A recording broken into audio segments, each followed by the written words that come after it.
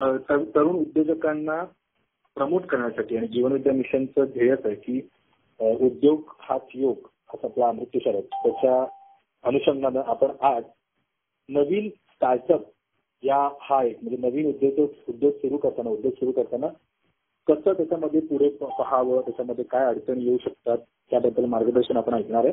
आणि त्यासाठी आपल्याला आज लाभलेले आहेत श्रीयुत सूर्यकांत दोडमिसे सर.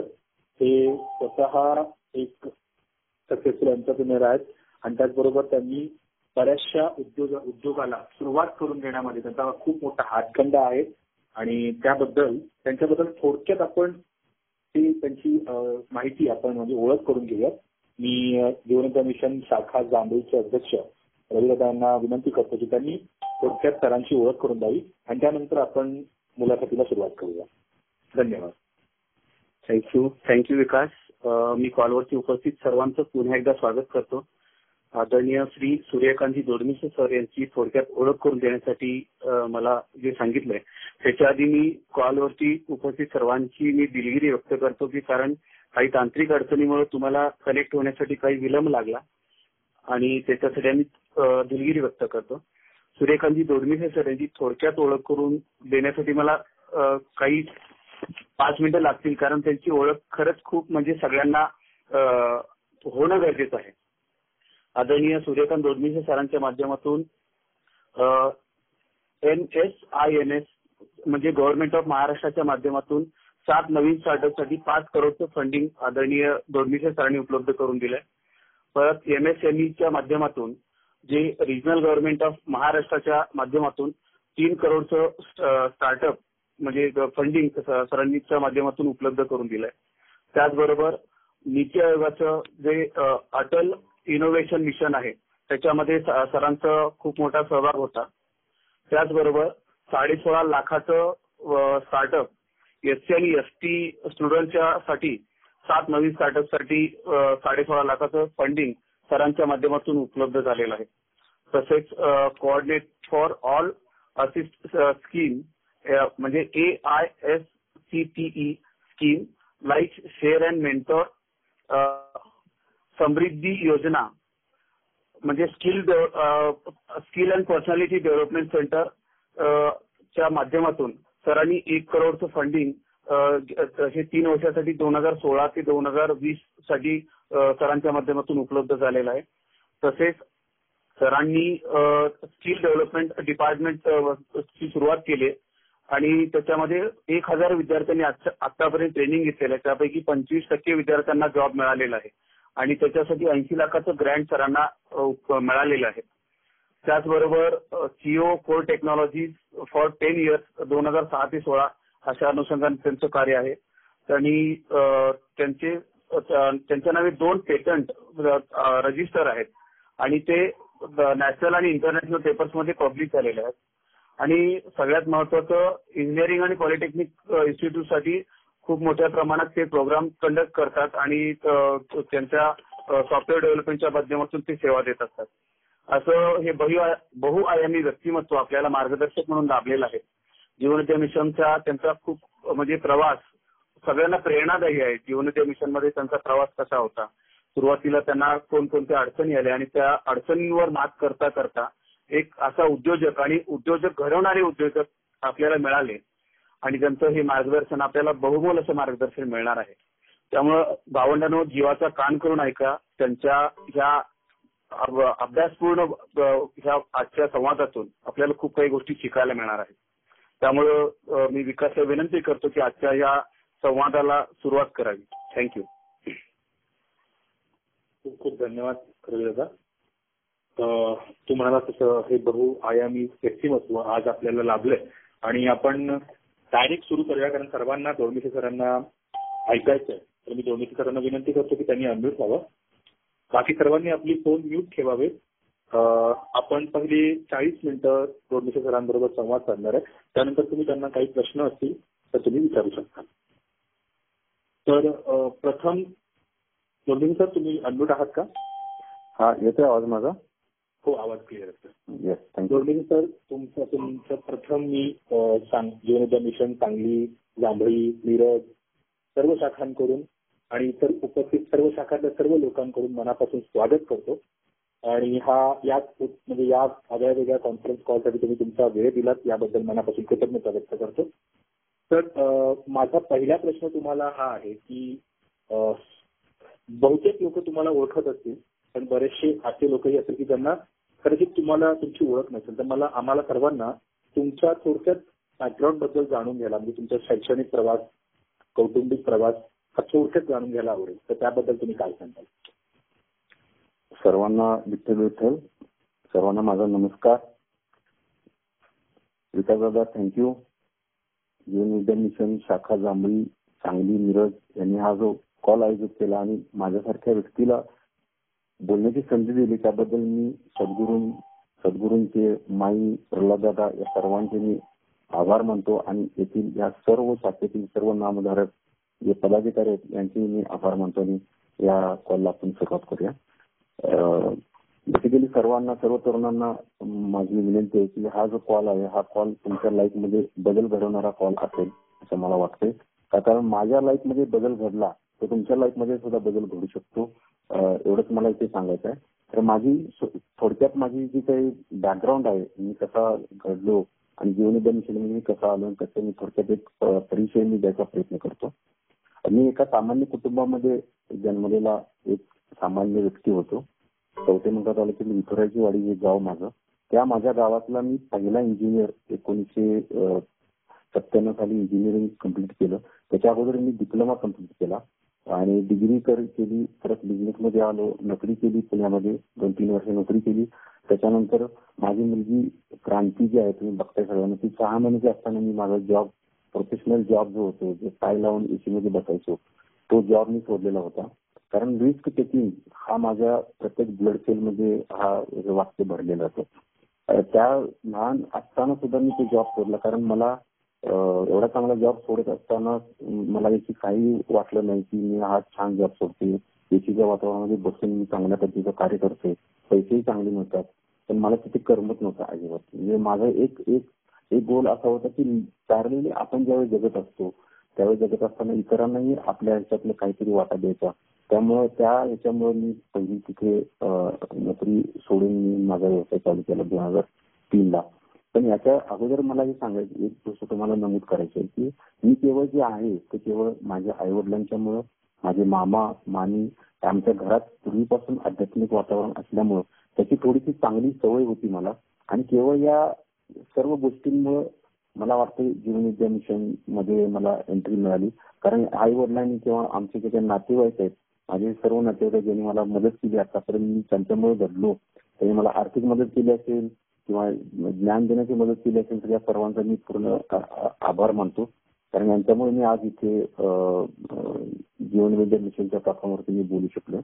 आणि दुसरी गोष्ट म्हणजे ज्यावेळी मी इंजिनिअरिंग केलं, परत एमटेक केलं, एमटेक करत असताना मग बऱ्याच अडचणी आल्या. म्हणजे कसं मी तुम्हाला सांगितलं की आमच्या गावामधला मी पहिला इंजिनिअरिंग पास आउट होणार होतो. तर एवढ्या सामान्य कुटुंबातून मी वरती आलो होतो. आणि पुण्यामध्ये मी ज्यावेळी 97 साली मी पासआउट झालो, 97 साली पासआउट होताना त्याच्या अगोदर थोडंसं तुम्हाला मी सांगतो, कारण 1-2 मिनिटांमध्ये तुम्हाला माझी ओळख करून द्यायचा मी प्रयत्न करतो. मी पहिली ते सातवी जर बघितलं तर मी कधीच गणितामध्ये पास झालेलो नव्हतो. 7वीला जर बघितलं, 7वीला मी 7 विद्यार्थ्यांमध्ये माझा 52वा नंबर होता. तर 52व्या नंबरामध्ये सुद्धा मी गणितामध्ये फेल व्हायचो. कारण मला खेळायची, मला दंगा करायची, मला मस्ती करायची, डॉमिनेट करायची खूप सवय होती. दुसरी गोष्ट सांगायची म्हणजे तेच माझे जे वडील होते शिक्षक आहेत, प्राथमिक शिक्षक, आणि तेच वडील म्हणजे गणित विषय शिकवत असताना त्यावेळी त्यांना वाटायचं की अरे मी इतरांना शिकवतो, इतर माझ्या विद्यार्थ्यांना मी शिकवतो, मी माझाच मुलगा घरात त्याच गणितामध्ये नापास होतो. हे खूप वाईट वाटायचं. मग 7वीला त्यांनी मला सांगितलं की बाळ हे तुझी करतोच नाही, मला बरोबर वाटत नाही. आज वडील या नात्याने मला तुला सांगायचं आहे की इतरांच्या मुलांना मी पास करतो पण माझा मुलगा पास होऊ शकत नाही, मला खूप कमी वाटतं. त्याच वेळी मी पेटून उठलो आणि वडिलांना सांगितलं इथून पुढे हा सूर्यकांत, त्या सूर्यकांतसाठी तुम्हाला अभ्यास करतोच का नाही ते बघायची वेळ येऊ देणार नाही. आणि याच गणितामध्ये मी तुम्हाला या केंद्रामध्ये फर्स्ट येऊन दाखवतो मग कॉलेजमध्ये. आणि खरोखर मी अभ्यास करायला चालू केला. 52 नंबर जो 7वीला होता तो 8वीला मी 3रा नंबर आलो, 9वीला 2रा नंबर आलो, 10वीला सगळं दुसऱ्या नंबर आलो, पण मी जे ठरवलं होतं काय की या गणितात केंद्रात फर्स्ट येणार, खरोखर मित्रांनो तुम्हाला सांगतो की आपण ठरवतो घडतं.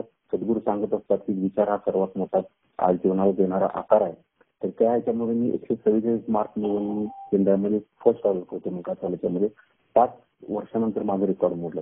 तर असा हा हरवणारी एक वेगळा व्यक्तिमत्व असणारा मुलगा सामान्य कुटुंबातून वरती आला. डिप्लोमाला सुद्धा येताना मला ऍक्च्युली आम्ही सगळ्या नातेवाईकांना विचारलं की अरे डिप्लोमाला मला इंजिनिअरिंगला यायचं, डिप्लोमा करायचं, कसं करायचं. तर काही माहिती नव्हतं. एका मित्राबरोबर मी विलिंग्डन कॉलेजमध्ये फॉर्म भरण्यासाठी आलो आणि तिथंच बस स्टॉप होता, त्या बस स्टॉपवरती उभारलो आणि मला वाचन करायचा बोर्ड दिसला आणि तो बोर्ड दिसल्यानंतर मला खूप आनंद वाटला. मी माझं मागची मी तिथे गेलो आणि त्या वाचनचा विद्यार्थी झालो. वाचन नंतर मी डिग्री केली. मला मी पुण्याला जॉबला गेलो. जॉब खूप चांगल्या पद्धतीने केला आणि त्याच्यानंतर मला वाटायला लागलं की आपलं जे कार्य आपण जे करायला लागलो हे दुसऱ्यांसाठी काम करवलंय. आपण स्वतःसाठी काम करत तर इतरांचा सगळं चरितार्थ करता येतो. त्यासाठी मग मी सरळ तुम्हाला सांगितल्याप्रमाणे माझी मुलगी 6 महिन्याची असताना मी जॉब सोडला. एपीजे अब्दुल कलामांचे बरेच चरित्र वाचत असताना मला बरेच स्फूर्ती मिळाला आणि जीवनविद्येमध्ये मी कसं आलो मी तुम्हाला थोडक्यात सांगतो की ज्यावेळी मी पुण्यामध्ये गेलो त्यावेळी माझ्या वडिलांनी मला 500 रुपये दिले होते. त्याच्यावरती मी माझं चरितार्थ मी करत होतो. मला वाटतं मी त्या 500 रुपये मी 2 महिने पुण्यामध्ये वडापाव काढलेलं. आणि दुसरी गोष्ट म्हणजे एक उजव्या बाजूची सायकलची पॅडल फुटलेलं असताना सुद्धा मी ती सायकल घेऊन पुण्यामध्ये जॉब करण्यासाठी करत होतो. त्यावेळी जागतिक मंदी होती 1997 काळ. त्या मंदी असताना मी जॉब शोधायचो. पण त्यावेळी असं होतं की मी एका रस्त्याने चालत होतो, जात होतो त्या सायकलवरून. त्यावेळी मला एक पट्टी दिसली, तूच आहे तुझ्या जीवनाचा शिल्पकार. अरे यार, मला जे शिल्प घडवायचं ना ते मला इथे दिसतंय. ती पट्टी बघून मी हा विचार बघून मी त्या याच्यामध्ये गेलो होतो. सारसबागीच्या ग्राउंडवरती सद्गुरूंचा कार्यक्रम होता. येस, आवाज येतोय? हा, आवाज येतोय. पण तुम्ही हेडफोन घालून बोलताय का? हा, जरा हेडफोन काढून बोलाल, म्हणजे काही लोकांना आवाज कमी येतो.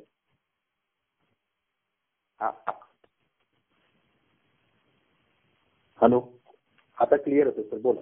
सॉरी बरं का, काही प्रॉब्लेम नाही. सांगितलं बघ झालं बोलतो. कारण त्यांना समजणं सगळ्यात महत्वाचं. मी तर घडलोय पण इतर घडणं सगळ्यात महत्वाचं. सारसबागीमध्ये ते कार्यक्रम सद्गुरूंचा होता की तूच आहे तुझ्या जीवनाचा शिल्पकार. सायकलवरनं साईडला उतरलो, ती पट्टी परत मनातून मन भरून वाचली आणि नंतर मी इंटरव्ह्यूला गेलो आणि त्याच इंटरव्ह्यू मध्ये मी केवळ ह्या एका विचारानं मी त्या इंटरव्ह्यू मध्ये पास झालो आणि मला इंटरव्ह्यू मध्ये पहिल्या कंपनीमध्ये मला जॉब मिळाला. ही गोष्ट नमूद करायची वाटते की आणि तो सद्गुरूंचा फक्त विचार वाचला होता आणि त्या विचारांमुळे मी परत गेलो आणि त्या पॉझिटिव्हिटीमुळे मी नोकरी मिळवू शकलो अशा कंडिशन मध्ये सुद्धा. तर हा तुझा एक जीवन असेल तर काय असेल, कसं असेल हे शोधत राहिलो. आणि माझा एक मित्र खंडू गेंड म्हणून आपल्या कौटुंबिका तालुक्यातलं कबरेवाडी गावचा आहे, त्यांनी मला 5 पानी असं एक पत्र पाठवलं होतं की सद्गुरूंच्या कार्यामध्ये तो काय करतो, कसं करतो, त्याच्या आयुष्यामध्ये कसा बदल झाला होता, या सर्व गोष्टी सांगत होते. मला ही गोष्ट नमूद करायची आहे खंडूजींच्या बाबतीत की आम्ही दोघे एकत्र 10वीला असताना अभ्यास करायचो. पण आम्ही एवढे त्यामध्ये आपण मंदिरामध्ये जायचो, अरे हा देव काय करतोय, मला काहीच करत नाही, अशा गोष्टी आम्ही त्यावेळी विचार करायचो. पण हा खंडूजी एवढा बदलला असेल मला, आणि हा बदलला असेल एवढा याच्यामध्ये बदल काय झाला, लगेच मी मुंबईला गेलो, त्याला विचारलं की तुझ्यात एवढा कसं काय बदल झाला. त्याने मला त्या दिवशीच मला कवळे काकांच्या कार्यक्रमामध्ये नेऊन बसवलं आणि खरोखर त्या दिवशी माझ्या आयुष्यामध्ये क्रांती घडली. 1998 साली मी सद्गुरूंचा नामधारक झालो. मला वारजेच्या ठिकाणी सद्गुरू आले होते त्यावेळी मी सद्गुरूंचा नामधारक झालो आणि तिथून जीवनविद्येच्या कार्यालाही सुरुवात केली. माझी फॅमिली सगळी आली. पूर्ण त्यांनी माझ्या स्वतःच्या घरातले 16+ मेंबर्सची जीवनविद्येचे नामधारक झाले. बरेच माझे नातेवाईक नामधारक झाले. त्याचा मला फायदा झाला की नातेवाईकांनी सपोर्ट सिस्टीम माझ्यासाठी दिली आणि मी खरोखर चांगल्या पद्धतीने आज मी इथे कार्य करतो. आणि मला एक गोष्ट इथे नमूद करायची आहे माझ्याविषयी की मी आज जे यश मिळवले आहे हे केवळ आणि केवळ सद्गुरूंनी दिलेल्या विचारांमुळे, सद्गुरू दिलेल्या ज्ञानामुळे.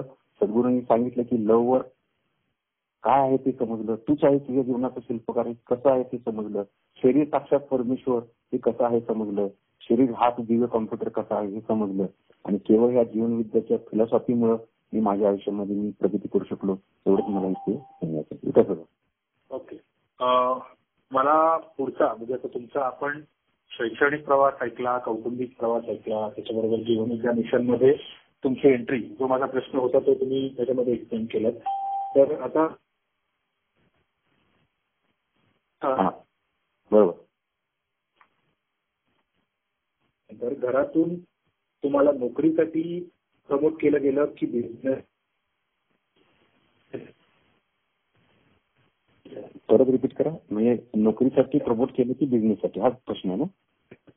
सपोर्ट काय होता, नोकरीसाठी की बिझनेससाठी? आणि दुसरं, नोकरी करता करता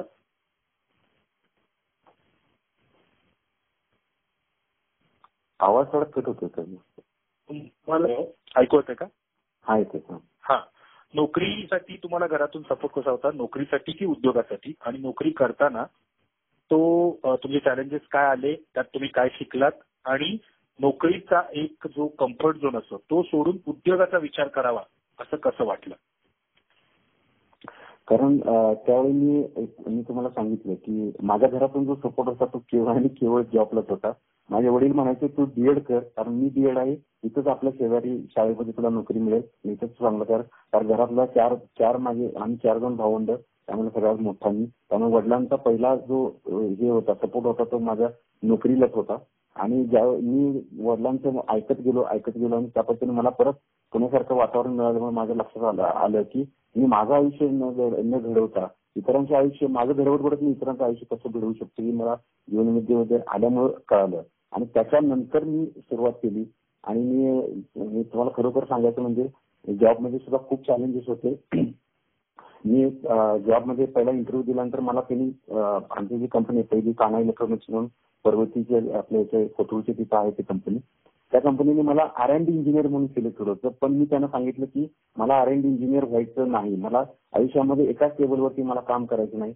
मी त्यांना सांगितलं की मला सेल्स आणि सर्व्हिस इंजिनियर व्हायचं, मला सेल्स आणि सर्व्हिस इंजिनियर व्हायचं. मग त्यावेळी मला वाटलं की मी आज या कंपनीच्या पैशातून, कंपनीने दिलेल्या याच्यातून मी पूर्ण भारत फिरू शकतो. कारण पूर्ण भारत फिरल्याशिवाय इतर हातामध्ये काय चाललं ते कळाल्याशिवाय मला समजणार नाही नेमकं काय करायचं. पण त्यावेळी इंटरव्ह्यू झाल्यानंतर त्यांनी सांगितलं होतं की तुला काय करायचं, कारण तू सेल्स सर्व्हिस इंजिनियर मागतो, त्याचा अर्थ तुझं काहीतरी ऑब्जेक्टिव्ह आहे. त्यावेळी मी आमच्या बॉसना सांगितलं होतं की मला माझ्या स्वतःच्या आयुष्यामध्ये मला स्वतःचा बिझनेस करायचा आहे.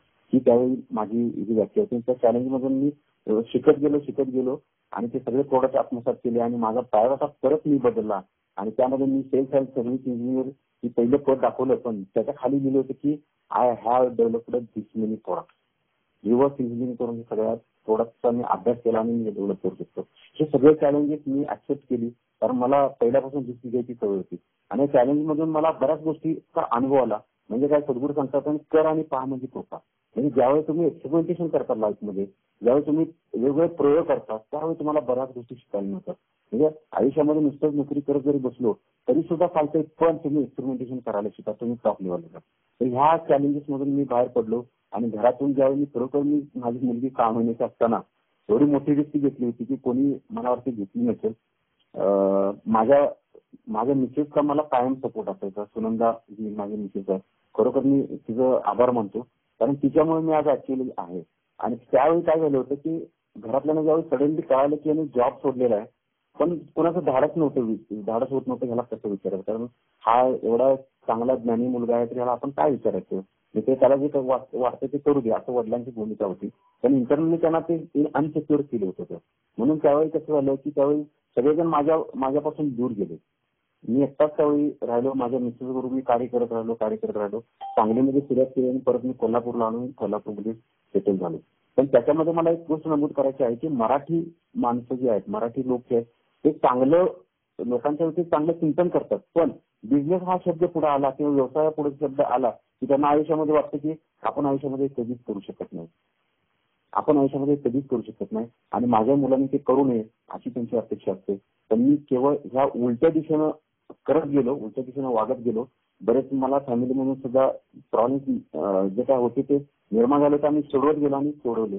असं मला इथं सांगायचं की घरातून तसा सपोर्ट नव्हता, पण माझ्या केवळ इच्छेसाठी, सेल्फ डेव्हलपमेंटसाठी आणि इतरांच्या डेव्हलपमेंटसाठी जो काही विचार होता त्या विचारानं मला बिझनेसमध्ये आणलं. एवढंच मला सांगायचं. कसं झालं? ओके. आता बरेचसे आता जे नवीन युवा आता कॉलवरती जॉईन आहेत किंवा बिझनेस करणारे लोक जॉईन आहेत, तर त्यांना त्यांचा बिझनेस वाढवण्यासाठी आत्ताचा काळ कसा आहे, म्हणजे उद्योग सुरू करण्यासाठी आणि उद्योग वाढवण्यासाठी आत्ताचा जो कोविड एरा जो चालू आहे आता, त्यामध्ये बऱ्याचदा आपल्याला ग्रोथमध्ये आपण मागे पडलोय आणि इकॉनॉमिकली बऱ्याचदा लोकांना प्रॉब्लेम आहे. तर या काळात नवीन उद्योग सुरू करण्याचा सल्ला तुम्ही द्याल का? आणि त्या संदर्भात तुमचं मत काय आणि त्या संदर्भात ऑपॉर्च्युनिटीज काय? Okay, thank you. खूप छान क्वेश्चन विचारला दादा, कारण हा क्वेश्चन खरोखर मुलांना चांगली प्रकारची उमेदी देऊन जातो. आज आपण बघितलं कोविड-19 असं म्हणतो, तर असं म्हणू नका प्लीज. कारण ज्यावेळी आपण आपल्या सद्गुरूंनी सांगितलं की विचार कसा घेऊन आला आकार, तर त्या पद्धतीने तुम्ही न जाता कोविड-19 मध्ये मी काय केलं तुम्हाला मी सांगतो की आमच्या कॉलेजमध्ये या गोष्टीचं चॅलेंज न घेता व्हॉट आय डन की 26 मार्चला, तुम्हाला माहिती आहे 22ला आपल्याकडे डिक्लेरेशन झालं लॉकडाऊनचं. तर 26 मार्चला माझ्या मनामध्ये विचार आला की I have to do something for this society. मला काहीतरी वेगळं करायचं आहे. आणि मी माझ्या इन्क्युबेशन सेंटरच्या मुलांना जवळ घेतलं. त्या मुलांना सांगितलं की आपल्याला काहीतरी प्रोडक्ट डेव्हलप करायला पाहिजे, कारण आपण जर सुरुवात नाही केली आणि आपल्याला हे लर्निंग नाही आलं तर आपण पुढे इथे न थांबता आपण पुढे जाऊ शकणार नाही.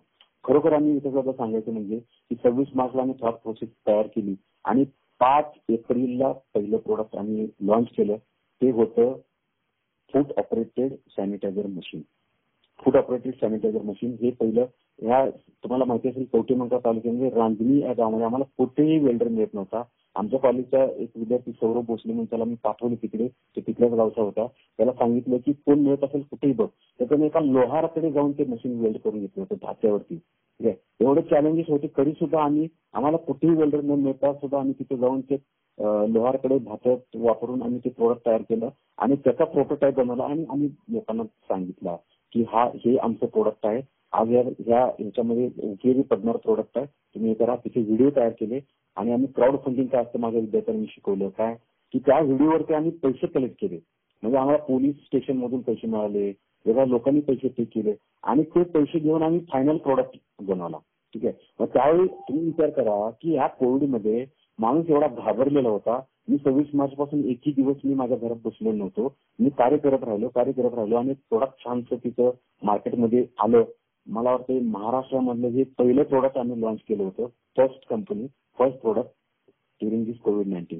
सांगायचा उद्देश एकच आहे की आपण ज्यावेळी ठरवतो त्याचा ध्यास घेतो त्यावेळी कोणताही प्रॉब्लेम तुमच्या समोर हा शून्य वाटतो. कोणताही प्रॉब्लेम तुमच्या समोर हा काही वाटत नाही. तुम्हाला सोल्युशनच दिसतात. प्रॉब्लेम जर आले तर तुम्हाला सोल्युशन दिसतात. एवढं मला इथे नमूद करायचं आहे. आणि हे जे प्रोडक्ट आम्ही तयार केले एवढे चॅलेंजेस असून सुद्धा त्याची जवळजवळ आम्ही लोकांना 700+ प्रोडक्ट आम्ही ते विकू शकलो. 700+ प्रोडक्ट. आज माझ्या स्टार्टअप मधल्या मुलांना त्याचे पैसे मिळतात. आज मलाही त्याचे पैसे मिळाले. मी काही कॉलेजला पैसे देऊ शकतो. या सगळ्या गोष्टी करत करत आमच्या कॉलेजमध्ये पण आम्ही एंट्री केली की आपण त्याचं ऑटोमॅटिक मशीन बनवतो. ठीक आहे, ऑटोमॅटिक मशीन बनवत असताना मी आमचे डॉक्टर काकडे यांच्याबरोबर आम्ही चर्चा केली आणि त्यांच्या डोक्यात पण आयडिया आली. ऑटोमॅटिक मशीन बनवलं. आज तुम्हाला आम्ही सांगतो की आम्ही आमच्या कॉलेजचे लॅब असिस्टंट जे काही असतील, लॅब असिस्टंट असतील ज्यांना काही समजत यांना सुद्धा एकत्र केलं.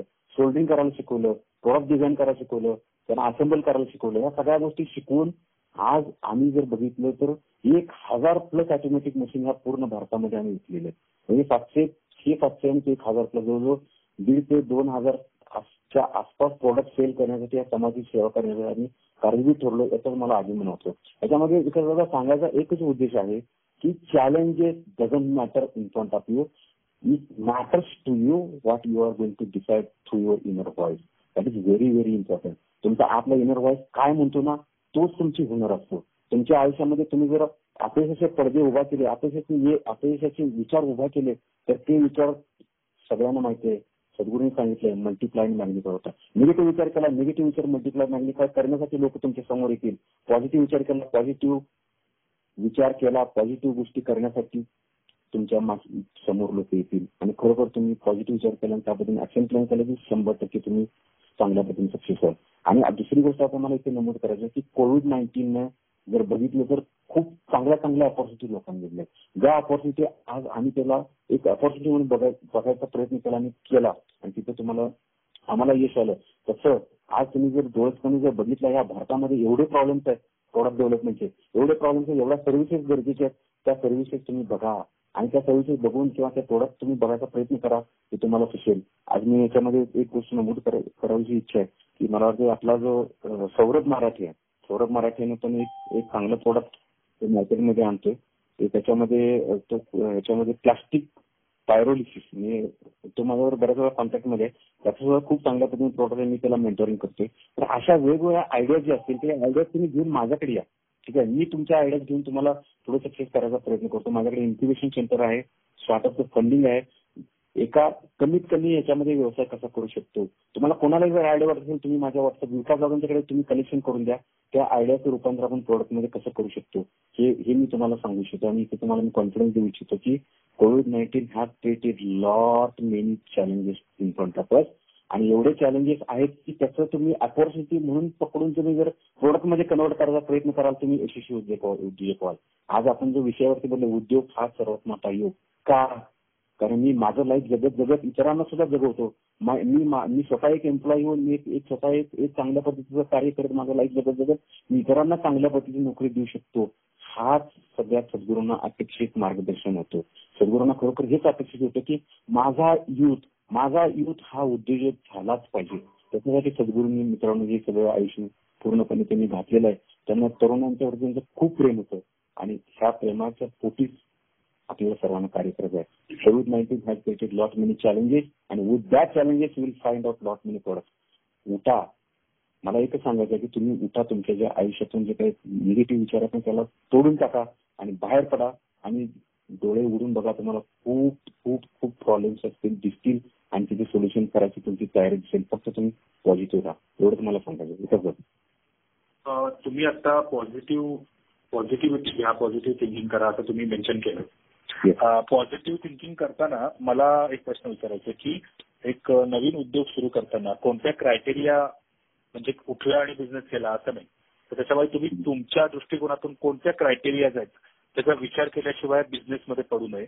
आणि दुसरं की जसं तुम्ही आता म्हणतात पॉझिटिव्ह थिंकिंग, तर त्याच्यामध्ये आपली जीवनविद्या आपल्याला काय शिकवते, व्हिज्युअलायझेशन टेक्निक, अफर्मेशन टेक्निक, आपली विश्व प्रार्थना, भलकरची साधना, तर या सगळ्या गोष्टी, सद्गुरूंचं श्रवण, दादांचं श्रवण, तर यात कुठे या सगळ्या गोष्टींचा आपल्या उत्कर्षासाठी म्हणजे त्या बिझनेस डेव्हलपमेंटसाठी कसा उपयोग होतो, तुम्हाला कसा उपयोग झाला आणि क्रायटेरियाज कोणत्या लक्षात ठेवून पुढे जावं. ओके, तसं इथे मला एक गोष्ट नमूद करायची. माझं स्वतःच एक उदाहरण देऊन मी तुम्हाला सांगतो की how I use the business techniques of Jeevanvidya mission. सद्गुरूंनी सांगितले व्हिज्युअलायझेशन टेक्निकचा वापर करा, पॉझिटिव्हिटी ठेवून पुढे जावा. अबंडन्स, म्हणजे दादा तर अबंडन्स वरती खूप बोलतात, त्या अबंडन्सचा एक्झॅक्टली मी वापर केला. मी ज्यावेळी सद्गुरूंचा तिकडे जाऊन मी स्पिरिच्युअल कोर्स केला कर्जतला, मी सुद्धा प्रॉब्लेम होत होतो. 2011-12 पासून 2015 पर्यंत माझा जो व्यवसाय तो डाऊन काउंटमध्ये चालला होता. मला बरेच फायनान्शियल प्रॉब्लेम निर्माण झाले, पण मी नाविन्याने परत उठलो आणि परत मी अभ्यास केला, परत कोर्स केला आणि मी माझं व्हिजन घेऊन ठेवलं. म्हणजे मी याच्यामध्ये एक गोष्ट नमूद करावी इच्छितो की जे काय तुम्हाला वाटत नाही ते लिहून काढा, सगळ्यात महत्वाचं. म्हणजे मी त्यावेळी काय केलं की मला प्रॉब्लेम्स आहेत मी त्याला त्याचा विचार न करता मी पॉझिटिव्ह राहिलो, व्हिज्युअलाइज करत राहिलो की मला आता इथून पुढच्या आयुष्यामध्ये मला एक वेगळा प्लॅटफॉर्म डिझाईन करायचा आहे, त्या प्लॅटफॉर्मवर मला काम करायचं आहे. म्हणजे उदाहरण देऊन मी सांगतो, म्हणजे तुमच्या लगेच लक्षात येईल. मी काय केलं की मी सद्गुरूंचं ज्ञान आत्मसात केलं म्हणजे काय की मला जो जॉब क्रिएट करायचा होता आणि दादांनी त्यावेळी अबंडन्स वरती बोलले होते की मी त्यावेळी म्हटलं की आपण ह्या अबंडन्सचा वापर करून, केळकर साहेबांनी सुद्धा सांगितलं होतं की ह्या अबंडन्सचा वापर करून आपल्या आयुष्यामध्ये एक वेगळा आणि नवीन जॉब क्रिएट करू शकतो आपल्यासाठी. तर ह्या अबंडन्सचा वापर करून व्हिज्युअलायझेशन टेक्निकचा वापर केला आणि मी माझा बायोडाटा पूर्णपणे बदलला. आणि त्या बायोडाटा जो होता, त्या रिझ्यूम जो होती ती रिझ्यूम मी साधारणतः 40 ते 50 पानाची माझी रिझ्यूम होती. आणि त्या रिझ्यूम मध्ये मी 2 मार्च 2016 लिहिलं होतं की application for industry institute interaction officer. आणि हा रिझ्यूम मी आमच्या डायरेक्टर मॅडमच्या समोर मी ठेवला. त्यावेळी मला त्यांनी पहिला प्रश्न विचारला, अरे दोर्मिशी सर, ही पोस्ट आमच्या कॉलेजमध्ये नाही, पण तुम्ही ह्या पोस्टला कसं अप्लाय केलं. मी सांगितलं, मॅडम त्याच्यासाठी तर मी तुमच्या समोर आलेलो. ही जी पोस्ट आहे ही पोस्ट माझ्यासाठी मला अबंडन्सद्वारे मी क्रिएट करणार आहे. मी आतून विचार केला आणि त्याला सांगितलं मी त्याच्यासाठी आलेलो आहे. व्हिज्युअलायझेशन टेक्निकचा वापर केला. त्यांचा पहिला तर मॅडमचा पहिला मी फोटो घेतला, फोटो घेऊन प्रिंट काढले आणि त्याच्यावरती मी डेव्हलप करायचं. मी म्हटलं की she is god for me. मग हे मी व्हिज्युअलाइज केलं आणि तिथे मी 1-2 वेळा जाऊन पण आलो की मला मी इथं आलोय, मी इथं बसलोय. म्हणजे प्रॅक्टिकल व्हिज्युअलायझेशन म्हणतो ना, म्हणजे नुसतंच फक्त अंतर्मनाने व्हिज्युअलायझेशन न करता मी थोडंसं पुढे जाऊन ते व्हिज्युअलाइज केलं की मी त्या 3 नंबर गेट म्हणून मी चाललोय, गेलो, तिथं मी बसलोय, परत ही मला जागा मिळाल्या. मी सांगायचा उद्देश काय आहे की ह्या सगळ्या व्हिज्युअलायझेशन टेक्निकचा मी प्रॅक्टिकली वापर केला आणि one of the day within 21 days that post has been created by the college. आणि मी जी लिहिली होती पगाराची जी पेमेंट होते तेच त्यांनी मला दिलं आणि ती पोस्ट क्रिएट झाली. आणि ती पोस्ट क्रिएट झाली म्हणजे अबंडन्सचा वापर झाला आणि माझ्यासाठी पोस्ट वेगळी क्रिएट झाली. मला हीच गोष्ट सांगायची आहे की मित्रांनो, तुमच्याकडे अबंडन्स हा क्रिएट करण्याचा मार्ग सद्गुरूंनी ऑलरेडी देऊन ठेवलेला आहे. आपण त्याचा वापर करत नाही, हा आपला सगळ्यात मोठा प्रॉब्लेम आहे. एवढंच मला सांगायचं होतं की व्हिज्युअलायझेशन टेक्निकचा वापर करा तुम्ही. सद्गुरूंनी सांगितलं की व्हिज्युअलायझेशन टेक्निक हे is going to create abundance in your whole life. आणि तुम्ही स्वतःचा उद्योग पण अशा पद्धतीचा उभा करू शकता. त्या कंपनीचं नाव तुम्ही सांगू शकता. आणि याच्यामध्ये मला एक गोष्ट सांगायची की how to start with your business. यामध्ये सगळ्यात महत्वाची जी आता मी जे टेक्निक माझ्या स्टार्टअपच्या मुलांना मी सांगतो की तुम्हाला बिझनेस हा शब्द सध्या तुम्ही डोक्यातून काढून टाका. आयडिया वरती या. कोणती आयडिया आहे की जी आयडिया माझ्या लाईफमध्ये पण चेंज करेल आणि इतरांच्या लाईफमध्ये पण चेंज करेल. आणि ह्या आयडियाला कस्टमर पण. आपण बरेच वेळा काय करतो की लोकांनी सांगितलं की 3 वर्षांनी तुमचा उद्योग सक्सेसफुल होईल, तुम्ही प्रॉफिटेबल याल. मी म्हणतो अजिबात नाही. 6 महिने ते 1 वर्षामध्ये तुमचा बिझनेस प्रॉफिटेबल यायला पाहिजे, तुमचं स्टार्टअप प्रॉफिटेबल मध्ये जायला पाहिजे. अतिशय महत्वाचं आहे. आपण 3 वर्ष करत जातो आणि आपल्यामध्ये लायबिलिटी वाढवतो आणि त्या लायबिलिटी परत फेडण्यासाठी ते काम करत असतो. त्याच्याऐवजी आयडिया कोणती आहे माझी, ती आयडिया आपल्या मनाला विचारा की ती आयडिया मी सक्सेसफुल करू शकतो का. आणि सगळ्यात महत्वाचं कारण त्याला कस्टमर कोण. मी जसं सांगितलं तुम्हाला की आम्ही जे प्रोडक्ट डेव्हलप केले त्याला पहिला आम्ही कस्टमर शोधला. कस्टमर शोधून कस्टमरची रिक्वायरमेंट काय ते बघितली. त्यावर आम्ही एवढं काय खूप जगावेगळं इनोव्हेशन नव्हतं, पण इनोव्हेशन केलं होतं. पण ते कस्टमरनी ते प्रोडक्ट तयार करायच्या अगोदर आम्हाला पैसे पे केले होते. याचा अर्थ असा की तुम्ही सुद्धा अशा प्रकारच्या आयडियाज निवडा की जेणेकरून त्याला कस्टमर येतील. आयडिया जुनी असली, नवीन असली किंवा नवीन खूप इनोव्हेटिव्ह असायला पाहिजे असं काही नाही. तुम्हाला जे वाटतात ती आयडिया सुद्धा पण कस्टमर काय आहेत किती आहेत ते तुम्ही बघायला पाहिजे, ती इम्पॉर्टंट आहे. त्याच्यानंतर आयडियापासून तुम्ही प्रोटोटाईप डेव्हलप केला पाहिजे. जो प्रोटोटाईप तुम्हाला कस्टमरकडे वापरायला दिला पाहिजे. ज्याच्यातून जे काही प्रॉब्लेम्स असतील ते प्रॉब्लेम सोडत येतात. कारण प्रोडक्ट फायनल करून तुम्ही कस्टमरकडे गेला तर कस्टमर तुम्हाला कष्ट करायला लावणार. त्याच्या अगोदर तुम्ही कष्ट करा. म्हणजे त्या कस्टमर एक दिवस म्हणेल की हा हे प्रोडक्ट माझ्या सांगण्यातून मला जसं पाहिजे तसं यांनी बनवलेलं आहे. ते त्याला आपण म्हणतो प्रोटोटाईप. प्रोटोटाईप म्हणजे तुमचे जे आयडियाचं रूपांतर एका प्रोटोटाईप मध्ये म्हणजे एका व्हिज्युअल लुक मध्ये तुम्ही केलेलं असतं. आणि तो प्रोटोटाईप तुम्ही कस्टमरला दिल्यानंतर कस्टमरचा फीडबॅक घेऊन तुम्हाला प्रोडक्ट बनवायचं आहे. कस्टमरला फीडबॅक घेऊन तुम्हाला प्रोडक्ट बनवायचं आहे. ते प्रोडक्ट तुम्हाला मार्केटमध्ये कमर्शियलाइज करायचं आहे. आणि मार्केटमध्ये कमर्शियलाइज करत असताना तुम्हाला ते मल्टिपल क्वांटिटीमध्ये मी कसं विकू शकतो ही पॅरलल तुमची थॉट प्रोसेस असली पाहिजे. कारण बिझनेस स्केलिंग हा अतिशय महत्वाचा विषय आहे. बिझनेस स्केल जोपर्यंत होत नाही तोपर्यंत तुम्हाला प्रॉफिट अजिबात मिळणार नाही. म्हणून त्या स्टेप्स आहेत स्टार्टअपच्या. मी तुम्हाला पाहिजे नंतर पण रिपीट करू शकतो. Idea parallel customer, then prototype to product किंवा सर्व्हिसेस जे असतील सर्व्हिसेस तुम्ही देऊ शकताय आणि तुमचे प्रोडक्ट कमर्शियलाइज करून मार्केटमध्ये स्केल तुमचा बिझनेस कसा करू शकता हे 1 वर्षाच्या आतमध्ये घडलं पाहिजे. That is important. कारण आज स्टार्टअप मोडमध्ये बघितलं 6 महिन्यामध्ये करोडो टर्नओव्हर केलेल्या कंपनीज आहेत, स्टार्टअप्स आहेत. मार्क झुकरबर्ग बघितलं तर 23व्या वर्षी जगातला या अर्थमधला यंगेस्ट बिलियनियर म्हणून ते काम करतो. कारण त्यांनी लहान वयाचे काम केले. आज आपल्याला हीच अपॉर्च्युनिटी आपली सद्गुरूंनी विचार दिले. ऑलरेडी तुम्ही श्रीमंत आहात. त्या श्रीमंतीचा वापर करून तुम्हाला मटेरियल वर्ल्ड मधली श्रीमंती अचीव करायची. फिजिकल वर्ल्ड किंवा स्पिरिच्युअल वर्ल्ड मधली तुम्ही ऑलरेडी श्रीमंत आहात एवढंच मला नमूद करता येतं. ठीक आहे. आता जर तुम्ही एक्सप्लेन केलं ना सर, ते ऐकताना ऍक्च्युली सर्व मला वाटतं युवा लोक पूर्ण भारावून गेले असतील आणि युवांबरोबर इतरही जे बिझनेसमॅन आहेत त्यांना पण खूप सुंदर वाटलं असेल की हे जे काय अबंडन्स बद्दल तुम्ही बोललात, त्यानंतर आयडियापासून बिझनेस स्केलिंग पर्यंत तुम्ही जे मेन्शन केलं सगळं, याबद्दल मला वाटतं की इथं तुम्ही आपल्याला वेळ पुरणार नाही. त्यामुळे जर याबद्दल तुम्हाला जाणून घ्यायचं असेल तर सर तुमच्या युट्यूब चॅनल बद्दल थोडं सांगाल का, म्हणजे त्यांना अजून माहिती मिळेल. माझं जे युट्यूब चॅनल आहे सूर्यकांत जोडमीशी, तुम्ही युट्यूब चॅनलवरती जाऊन बघाल तर माझा स्वतःचा जो काही 10 मिनिटाचा माझा व्हिडिओ आहे, मी कसा लहानपणापासून काय होतो आणि 7वीपर्यंत मी कशा पद्धतीचं वागत होतो, ऍक्च्युअली ते सगळं डिस्क्रिप्शन त्या व्हिडिओमध्ये मी दिलेलं आहे. तो व्हिडिओ सुद्धा तुम्हाला खूप स्फूर्ती देईल. कारण तुम्हाला वाटेल की अरे हा सामान्य मुलगा आज एवढ्या पोस्टवरती काम करतोय आणि एवढ्या चांगल्या पद्धतीने काम करून आम्हालाही मार्गदर्शन करतोय, त्याच्यापेक्षा आम्ही खूप श्रेष्ठ आहोत. ठीक आहे, त्याच्यापेक्षा आम्ही खूप श्रेष्ठ आहोत. ह्या पद्धतीनं जर तुम्ही व्हिडिओचे आणि ते व्हिडिओ माझा बघितला तर तुम्हाला अजून स्फूर्ती येईल. दुसरी गोष्ट, मी अजून एक प्लॅटफॉर्म डेव्हलप केलेला आहे जो ह्या 15 ते 35 वर्ष वयोगटातल्या युथसाठी आहे. मी हा प्लॅटफॉर्म तयार करण्याचा एकच उद्देश होता की मला ऍक्च्युली ह्या युथला या प्लॅटफॉर्मवरती आणून पाठीमागे स्पिरिच्युअल एंटरप्रेनर तयार करण्याच्या गोष्टीसाठी मी कार्य करतोय. याच्यामध्ये आम्ही दादांच्या बरोबर सुद्धा माझी चर्चा झाली. तर याच्यामध्ये सांगायचा उद्देश आहे की त्यात बरेच माझे व्हिडिओ ठेवले आणि ते व्हिडिओ जे आहेत त्याला मेक मी सोलोप्रेनर नावाचा एक प्लॅटफॉर्म आहे. तिथे तुम्ही मेक मी सोलोप्रेनर मी एका जागा सुद्धा टाईप करून मी पाठवतो, नंतर त्याचं स्पेलिंग सुद्धा बघू शकतात. तिथं माझे बरेच मराठीमध्ये व्हिडिओ आहेत. माझे जे मी मित्रांना, माझ्या मुलांना जे काय टेक्निक्स मी तयार करून ते अप्लाय केले, त्या टेक्निकचे त्यांचे टेस्टिमोनियल्स आहेत. ते टेस्टिमोनियल्स तुम्ही बघा की खरोखर त्यांच्यामध्ये कसा बदल झालाय. तर हे जे आहे ना, हे केवळ कोविड-19चं आउटपुट आहे. मला एवढं तुम्हाला सांगायचं आहे. तर युट्यूब चॅनलमध्ये बऱ्याच गोष्टी मी दिलेल्या आहेत आणि इथून पुढे सुद्धा बरेच व्हिडिओ त्यामध्ये येणार आहेत. ते तुम्ही बघा. सूर्यकांत दोडमीचे एक युट्यूब चॅनल आहे. दुसरं आमचं जे प्लॅटफॉर्मचं जे चॅनल आहे ते मेक मी सोलोप्रेनर. एवढंच सांगायचं होतं.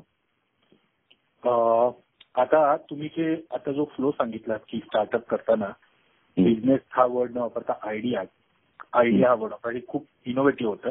तर मग बऱ्याच लोकांकडे आयडिया असते, बट एक फिअर ऑफ लॉस जो असतो तो जास्त असतो सुरू करायच्या आधी. सद्गुरू म्हणतात ना की पहिलं पाऊल टाकलं की 10 पावलं पुढची तुमची व्यवस्था होते, पण ते पहिलं पाऊल टाकायला भीती वाटते. आणि मोस्टली बरेच लोक जॉबमध्ये असतात आणि त्यांना तो सोडून बिझनेस करायचा असतो. तर तो जो कम्फर्ट झोन असतो, तो कम्फर्ट झोन ब्रेक करण्यासाठी आणि त्यांच्या जी मनातल्या आयडिया आहेत त्या पूर्णत्वास नेण्यासाठी तुम्ही काय सांगा? याच्यामध्ये मी माझ्या मित्रांना एकच सांगू इच्छितो की कोणतीही आयडिया तुमच्या मनात आली काय, बऱ्याच वेळा असं होतं की पहिला प्रश्न पडतो की फेल झाली तर काय होईल. हा प्रश्न मनात येऊ देऊ नका. फेल झाली तर काय होईल हा प्रश्न मनात जर तुम्ही आणला तर तुम्हालाच माहिती आहे की तो मल्टिप्लाय आणि मॅग्निफाय करतो आणि तशीच लोक, तसेच कस्टमर तुमच्या समोर येतील आणि ते प्रोडक्ट तुम्हाला फेल्युअर करून दाखवतील. तर पहिला एक प्रश्न तुम्ही, पहिली एक गोष्ट लक्षात ठेवा की पहिला स्वतःला बघायला शिका. आणि आपण इथे चुकतोय की आपण मटेरियल वर्ल्डकडे, बाहेरच्या जगाकडे बघतोय आणि स्वतःला विसरतोय. ज्यावेळी तुम्ही स्वतःकडे बघाल तुम्हाला कॉन्फिडन्स वाटेल. तुमच्या अंतर्मनाकडे बघाल, अरे मला एवढं ग्रेट अंतर्मन दिलंय, एवढं माझी ग्रेट बॉडी आहे, एवढ्या पद्धतीने चांगल्या पद्धतीने मी कार्य करतोय आणि एवढा मी ग्रेट आहे. ज्यावेळी तुम्ही असं आतमध्ये बघायला चालू कराल ना, त्यावेळी तुमची निगेटिव्हिटी माइंडमध्ये निघून जाईल आणि तुमचं अंतर्मनच तुम्हाला गाईडलाईन्स देत राहील की एक्झॅक्टली ही आयडिया आहे, ह्या आयडियाद्वारे तुला पुढे जायचं आहे आणि याच्यामध्ये तुला असे कस्टमर तुला बघायला मिळतील आणि हे कस्टमर तुला हेल्प करतील. हे अंतर्मन स्वतः जाईल. तुम्ही स्वतःला टार्गेट न देता तो अंतर्मनाला जर टार्गेट दिला की मला पॉझिटिव्हली हा बिझनेस करायचा आहे, हा व्यवसाय करायचा आहे, ही माझी आयडिया आहे, त्याला मला प्रोटोटाईपमध्ये कन्व्हर्ट करायचं आहे. आणि दुसरी गोष्ट सगळ्यात महत्वाची म्हणजे you should have one mentor in your life. तुम्हाला कोणीतरी मेंटॉर पाहिजे. आज इन्क्युबेशन सेंटर सगळीकडे एक्सपांड व्हायला लागलेत. तुम्ही माझ्या इन्क्युबेशन सेंटरमध्ये येऊ शकता आणि 5,000 स्क्वेअर फूटचं इन्क्युबेशन सेंटर तिथे क्रिएट केलंय, जिथे तुम्हाला गाईडलाईन देऊ शकतो आणि महिन्याला प्रेझेंटेशन घेतो. तर तुम्हाला कुठलाही प्रॉब्लेम याचा, आयडियाचा किंवा एखादा निगेटिव्ह विचार जरी आला तरी सुद्धा आम्हाला जर तुम्ही सांगितलं तरी सुद्धा त्याचं निश्चय करण्याची क्षमता आम्ही निर्माण केली आहे. तुम्ही या प्लॅटफॉर्मवरती या. आज ह्या प्लॅटफॉर्मवरती जर तुम्ही आला तर तुमची निगेटिव्हिटी पण निघून जाईल. ठीक आहे, अपॉर्च्युनिटी असं समजा. जर आज पश्चिम महाराष्ट्रामधली मुलं जे युथ आहेत ते इथे येऊ शकतात. जर त्यांना मुंबईमधले असतील, दिल्लीमधले असतील किंवा कोल्हापूर, माझा जो इन्क्युबेशन सेंटर आहे, हे इन्क्युबेशन सेंटर आमचं महाराष्ट्रामधल्या 16 इन्क्युबेशन सेंटरला जोडलेलं आहे. भारतामधल्या बऱ्याच इन्क्युबेशन सेंटरला जोडलेलं आहे. तिथं आम्ही कनेक्टिव्हिटी दिली आहे. त्यामुळे तुम्हाला कुठल्या एरियामध्ये प्रॉब्लेम असेल किंवा तुम्हाला जर आयडिया वाटत असेल की मला बिझनेसच करायचा आहे तर तुम्ही आमच्या प्लॅटफॉर्मला जॉईन व्हा. तुम्हाला 100% चांगल्या पद्धतीचं मार्गदर्शन मिळेल याची मी तुम्हाला खात्री देतो. आणि फक्त एकच रिक्वेस्ट तुम्हाला मी करतो, खरोखर बिझनेस जर करायचा असेल तर your mind should be risk taking mind. Risk घ्यायला जर तुम्ही शिकला नाही तर तुम्ही आयुष्यात कधीही बिझनेसमध्ये सक्सेसफुल होणार नाही. आलं का लक्षात? तुम्ही जर एखाद्या बिझनेसमध्ये फेल्युअर झाला असाल, जसं मी 2012ला फेल झालो होतो, which has created lot many financial problems with me, पण पॉझिटिव्ह राहिलो आणि त्याच्यातून मी हा नवीन प्लॅटफॉर्म तयार केला. ह्या प्लॅटफॉर्म बरोबर मी स्वतःचा व्यवसायही करतोय. मेक मी सोलोप्रेनर हे आमचं स्टार्टअप मोड आहे, जे आरआयटीला कनेक्ट करून आम्ही करतो, आरआयटीला स्टेक्स देतोय. ह्या सगळ्या गोष्टी एका वेळी एक व्यक्ती कसा अचीव्ह करू शकतो, स्वतःला ज्यावेळी जाणतो ना त्यावेळी तुमचं मल्टीमिलियन माइंड तयार होतो.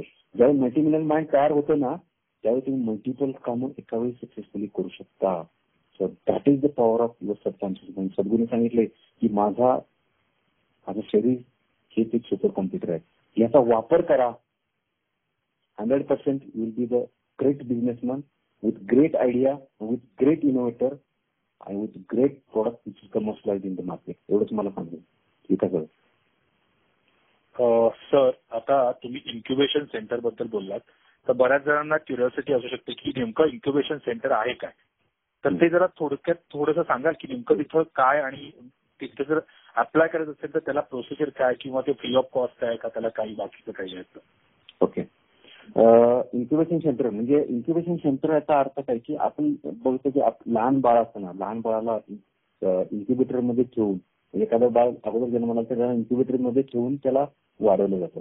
थोडक्यात काय वाढवलं जातं म्हणजे काय, त्याला आईच्या उदरामध्ये असताना जे काय ऍटमॉस्फिअर होतं, आईच्या उदरामध्ये असताना ज्या काही गोष्टी त्याला मिळत होत्या त्या बाहेर मिळत नव्हत्या, म्हणून तो आर्टिफिशियल इन्क्युबेटर तयार केला जातो की त्याच्यातून त्याला पूर्ण म्हणजे ऑक्सिजन मिळतो, त्याच्या बाकीच्या शरीराची काळजी घेतली जाते. असा तो इन्क्युबेटर लहान बाळासाठी असतो. तसाच हा इन्क्युबेशन सेंटर हा इन्क्युबेटर आहे की जो उद्योग करणाऱ्या व्यक्तीसाठी ज्याच्याकडे आयडिया आहे त्या आयडियासाठी त्याचा प्रोटोटाईप मध्ये कन्वर्ट करण्यासाठी फॅसिलिटेशन. थोडक्यात हे स्टार्टअप सेंटर असतं जिथं तुम्हाला तुमची आयडिया घेऊन जाऊ शकता. तुम्ही रजिस्टर होण्यासाठी कुठल्याही प्रकारची 1 रुपयाची फी भरायची नसते. उलट आज इन्क्युबेटर्सना चांगल्या आयडिया असणारे उद्योजक पाहिजे. ठीक आहे. आज मी तुम्हाला सांगितलं की आम्ही महाराष्ट्र स्टेट गव्हर्नमेंट कडून 5 करोड रुपये आमच्या इन्क्युबेशन सेंटरसाठी मंजूर केले. महाराष्ट्रातले एकमेव कॉलेज आहे, प्रायव्हेट मधले की ज्याला 5 कोटी रुपये इस्लामपूर सारख्या ठिकाणी आणले. ठीक आहे. मग सांगायचा उद्देश काय की तुम्ही फक्त तयार व्हा. जग तुमच्या समोर तयार होऊन येईल तुमच्या आयडियाचं प्रोडक्ट कमर्शियलायझेशन करण्यासाठी. आपण तयार होत नाही, हाच मुळात आपला प्रॉब्लेम. तिथेच मला फक्त ही गोष्ट सांगायची. तर जग तुमच्या समोर येईल, तुम्ही तयार व्हा. Definitely you are going to become a successful startup. तर स्टार्टअप मध्ये हे सगळ्या फॅसिलिटी असतात. तिथे मेंटॉर असतात. खरं आता मी मेंटॉर करतो. मी जवळजवळ 14 स्टार्टअप्सना मी मेंटरिंग करतोय. त्यात सगळ्या स्टार्टअपना मी पहिल्यांदा सांगतो की आयुष्यात मी जोपर्यंत सांगत नाही तोपर्यंत कर्ज काढायचं शक्य. माझ्या कमीत कमी इन्व्हेस्टमेंटमध्ये माझं स्टार्टअप रन करून कस्टमर कडून पैसे आल्यानंतर मी कसं स्केलिंग करू शकतो, माझं फॅसिलिटेशन करू शकतो, ते पहिलं विचार करणं. आणि हे सगळं फॅसिलिटेशन तुम्हाला इन्क्युबेशन सेंटरमध्ये बघायला मिळतं. म्हणजे तुम्हाला इन्फ्रास्ट्रक्चर मिळतो, तुम्हाला बसायला जागा मिळते, तुम्हाला इंजिनियर तुमची कोण इंटर्न. आता बऱ्याच वेळा कसं आपण एम्प्लॉई बाहेरचे घेण्यापेक्षा तुम्ही त्या कॉलेजचे स्टुडंट जे असतात ज्यांना पार्ट टाइम काम करायची इच्छा असते ती लोक तुमच्याकडे येतात. तुम्ही त्यांना काम देऊ शकता, तुमचं काम तुमच्याकडे करून देऊ शकता. That is exactly incubator. Incubation सेंटरमध्ये तुम्हाला सर्व गोष्टींची फॅसिलिटेशन मिळतं आणि तुम्ही फक्त आणि फक्त तुमच्या आयडियावरती कॉन्सन्ट्रेट करायचं असतं. Not in infrastructure, not in investment in internet facility. जे काही इन्फ्रा लागतो ते इन्फ्रा तिथे रेडीमेड असतो. You go with idea, come out with the product which is commercialised in the market. ह्या गोष्टी इन्क्युबेटरद्वारे तुम्हाला मिळतात. वेगवेगळ्या फंडिंगच्या स्कीम्स पण तिथे असतात. जसं स्टार्टअप सेंटरमध्ये आम्ही आणलेलं आहे सीड फंडिंग. मी SC/ST जे काही माझे मित्र आहेत, आमचे जे स्टुडंट आहेत त्यांना आम्ही प्रत्येकाला 2-2 लाख रुपये दिले. 2 लाख रुपये म्हणजे कुठलाही इंटरेस्ट नाही, त्यांना परत रिपेमेंट नाही, फक्त त्यांना त्यांचं स्टार्टअप सक्सेस करायचं. तर अशा फंडिंगला आपण म्हणतो सीड फंडिंग. सीड फंडिंग जे असतं ते परत कधी द्यायचं नसतं, त्याचा फक्त वापर करून ते प्रोडक्ट मार्केटमध्ये आणून कमर्शियलाइज करून मार्केटमध्ये स्केलिंग करायचं असतं. एवढंच मला इन्क्युबेशन सेंटरद्वारे सांगायचं वाटतं. सर, तुम्ही आता बऱ्यापैकी ऑलमोस्ट सगळ्यांना कल्पना दिली की स्टार्टअप साठी काय गरजेचं आहे आणि तुम्ही पर्सनली सुद्धा स्टार्टअप मध्ये त्यांना कशी मदत करू शकता. आता एक आपण महत्वाचा प्रश्न आहे हा, आणि बऱ्याच लोकांना हा माहिती पण आहे की जीवन विद्या मिशनचं तत्वज्ञान जे आहे ते तुम्हाला उत्कर्ष आणि उन्नती या दोनही शाखांना एकत्र घेऊन जायला शिकवतं. आणि त्याचाच एक भाग म्हणून तुम्ही RIT सारख्या कॉलेजमध्ये, म्हणजे RIT हे एक सध्या आपल्या साईडला म्हणजे पश्चिम महाराष्ट्रात म्हणा की रेप्युटेड आणि वेल नोन कॉलेज आहे. इथं तुम्हाला तुमची जीवन विद्या मिशनचं नॉलेज आतमध्ये तो प्रवेश झाला आणि त्याच्या सिलेबसमध्ये ते गेलं. तर तो थोडक्यात जरा ऐकायला सगळ्यांना आवडेल की तुम्ही ते कसं केलं आणि ते म्हणजे जीवन पटवर्धन सरांचं जे लेक्चर वगैरे इथं होतं तर त्या संदर्भात पण थोडंसं 1-2 मिनिटात तुम्ही सांगावं असं वाटतं. येस, थँक्यू विकास दादा. आणि याचं सर्व क्रेडिट मी माझ्या सद्गुरूंना देतो. कारण त्यांनी मला जर लव वर्क शिकवलं नसतं तर मी ब्लेस सॉल्व्ह करू शकलो नसतो. माझा इनर व्हॉइस मध्ये कॉन्फिडन्स निर्माण झाला नसता. उद्योग हाच योग त्यांनी शिकवला. अंतर्मन बहिर्मन मला शिकवलं. सामंजस्यपणा मला शिकवला. अंडरस्टँडिंग मला शिकवलं. या सर्व गोष्टीमुळे मी तिथे कार्य करू शकलो. कारण ज्यावेळी मी तुम्हाला सांगितलं की it has created the job has created by my own mind by using the abundance and visualization technique. याच्यामध्ये एक गोष्ट नमूद करा की मी तिथे कसा एंट्री झाली. पहिले थोडक्यात सांगतो की मी पहिलं 1 वर्ष मी लव वर्क करत गेलो. तिथे सुद्धा मला बऱ्याच अडचणी आल्या. असं नाही की मला अडचणी आल्या नव्हत्या. खूप अडचणी आल्या होत्या. माझ्याबरोबर डायरेक्टर मॅडम माझ्याबरोबर समर्थ होत्या आणि 1 वर्ष मी एवढं लव वर्क केलं एवढे आउटपुट काढले. तेच मला विचारावले. एक दिवशी आम्ही काय तुम्हाला तो संदर्भ सांगतो की मी आणि आमच्या कुलकर्णी मॅडम जे डायरेक्टर आहेत त्यांना मी खूप त्यांचा मी आभार मानतो. त्यांनी मला अंडरस्टँड केलं. मी असाच इंटरव्ह्यू असंच प्रेझेंटेशन मी बाकीच्या 3-4 कॉलेजमध्ये दिलं होतं पण त्यांनी अंडरस्टँड करू शकले नव्हते. पण मॅडमनी मला अंडरस्टँड केलं की याच्यामध्ये खरोखर हा एक वेगळं काहीतरी वातावरण निर्माण करू शकतो माझ्या कॉलेजमध्ये आणि दॅट डे शी सिलेक्टेड. आणि आम्ही त्यांची इच्छा होती इस्रोला जायची. तर त्या मॅडमने मला सांगितलं की दोर्मीचे सर की आम्ही एवढे वर्ष ट्राय करतो आम्ही इस्रोला आतापर्यंत गेलो नाही. तुम्ही जरा प्रयत्न कराल का. मॅडमने सांगितलं मॅडम 3 महिन्यामध्ये आपण इस्रोमध्ये जाणार. हे वाक्य बोलल्यानंतर मॅडमना सुद्धा आश्चर्य वाटलं. पण त्यावेळी 1 वर्ष जवळजवळ होऊन गेलं उलटलं होतं आणि 3 महिने इस्रो जाणार. मी अशी परिस्थिती तिथे निर्माण केली होती. इस्रोमध्ये सुद्धा माझ्या कोणीही ओळखीचा सायंटिस्ट नव्हता. ठीक आहे. तर व्हीआयपी फॅसिलिटेशन माझे डॉक्टर कातडे सर माझे कलिग आहेत ते आणि कुलकर्णी मॅडम यांना व्हीआयपी फॅसिलिटेशन मध्ये विमानातून आम्ही त्यांना घेऊन गेलो होतो आणि 16 सायंटिस्ट त्यांच्या समोर नॉलेज जनरेशनसाठी आम्ही ठेवले होते. एकही व्यक्ती माझ्या ओळखीचा नव्हता. It has happened because of the abundance, because of the self confidence, because of the visualization technique of Sadguru has taught. आणि त्यावेळी विमानात बसल्यानंतर मॅडमने मला एक प्रश्न विचारला. दोडमीशी सर एक प्रश्न बऱ्याच दिवस मला तुम्हाला विचारत होता, विचारू का. म्हणजे मॅडम विचारा काही प्रॉब्लेम. त्यावेळी मला मॅडमनी विचारलं की you are a different person. तुम्ही काहीतरी वेगळी व्यक्ती दिसताय कारण एवढी कामं तुम्ही एका वेळी एकटे कसं करू शकता आणि रिझल्ट ओरिएंटेड आहे. एवढी step is going to give you the result. त्याचं कारण काय मला सांगू शकाल का. त्याच विमानात बसलेल्या मॅडमने सांगितलं मॅडम मी सद्गुरू वामन त्यांचं शिष्य आहे. त्या जीवनविधीचा फिलॉसॉफी मी घेतो. या फिलॉसॉफीचा वापर करून मी माझं आयुष्य घडवलेलं आहे आणि त्या फिलॉसॉफीमुळेच मी हे सर्व कार्य करू शकलो. आणि जे काही मी केलं तुम्हाला वाटतं की केवळ माझ्या सद्गुरूंचं आहे, एवढं बोललो. आणि त्यावेळी मला मॅडमने दुसरा प्रश्न विचारला की हे ज्ञान जर एवढं छान असेल, एवढं चांगलं असेल तर मग आपल्या विद्यार्थ्यांना आपण का देऊ शकत नाही. म्हणजे तुम्ही अगोदर का सांगितलं नाही. मॅडमने सांगितलं मॅडम मी ज्यावेळी सुरुवातीला मी जर अशा गोष्टी जर सांगत बसलो असतो तर कोणी विश्वास ठेवला असता माझ्यावरती. नाही. आज आपण दोघांनी जर कोर्स आणायचा ठरवला असता तर आपण आणू शकलो नसतो. कारण आपल्याला आपले डीन R&D, आपले डीन अकॅडमिक्स या सर्व लोकांची सहमती लागते. त्या बीओजीची सहमती लागते. त्या बीओजीची सहमती असल्याशिवाय आपण तो कोर्स ऍड करू शकत नाही. त्यावेळी मॅडमना कळालं आणि मॅडम एवढ्या क्युरियस आहेत ना. मॅडमने सांगितलं की मॅडम हे ज्ञान असं आहे, ते ज्ञान कसं आहे सद्गुरूंनी. तर त्यांनी ऐकून होते पण एवढ्या क्युरियस कुलकर्णी मॅडम खरोखर आम्ही चर्चा केली. दोघांनी पहिले ठरवलं असं करूया तसं करूया हा कोर्स करायचा. मग त्यावेळी मी हा क्रेडिट कोर्स कसा बनवायचा त्यावेळी मी विचार केला. मी त्यावेळी फक्त 1 वर्ष जाताना मी विचार करत होतो की इथं आपण विद्यार्थी कोर्स आणला, इथं आपण 1 दिवसाचा कोर्स आणला, त्याच्यातून किती फरक पडणार आहे. जास्त फरक पडणार नाही असं मला वाटलं. त्यामुळे मी म्हटलं की एखादा कोर्स जर त्याला मनात नसताना जरी शिकायचा त्याला चान्स दिला तर एक दिवस त्याला वाटेल की खरोखर हे ज्ञान माझ्या आयुष्यामध्ये खूप उपयोगाचं आहे. त्या दिवसाची मी वाट बघत राहिलो आणि मॅडमांनी आम्ही चर्चा करत राहिलो आणि मी त्या क्रेडिट कोर्स जो काही 100 मार्काचा अभ्यासक्रम आम्ही तयार करायचा प्रयत्न केला. त्यावेळी मी इथलं अकॅडमिक मधला सिलेबस कसा तयार करायचा हे ज्ञान घ्यायचो आणि प्रल्हादांना जाऊन तिथं कमिटीच्या समोर ट्रस्टींच्या समोर मी प्रेझेंट करायचो की ते क्रेडिट कोर्स हा 100 मार्काचा अभ्यासक्रम आपल्याला त्यात ऍड करायचा. त्याच्या स्टेप्स आहेत. त्या स्टेप्स मी दादांना सांगायचो आणि दादांना पण त्यामध्ये मी दादांना याचं खूप क्रेडिट देऊ शकतो कारण दादांच्यामुळेच हा कोर्स ऍड झाला. त्यांनी इंटरेस्ट घेतल्यामुळे. आणि त्यावेळी त्यांना ज्यावेळी वाटलं की अरे हा खूप चांगल्या पद्धतीचा एंट्री पॉईंट आहे. आम्ही सर्वजण चांगल्या पद्धतीने आम्ही कार्य करायला लागलो आणि मी तिथे जाऊन प्रेझेंटेशन दिलं तर दादाने ऍक्सेप्ट केलं आणि त्याच्यातून मला जे पॉईंट्स वाटत होते कारण मी सांगतो की त्याच्या अगोदर जवळजवळ 150 इंजिनिअरिंग कॉलेजमध्ये 4 राज्यामध्ये मी फिरलेला व्यक्ती. माझे प्रोडक्ट तिथे 4 राज्यामध्ये जात होते त्याचा मला अनुभव होता की academic how to deal with academics, त्यामुळे ते मला माहिती होतं.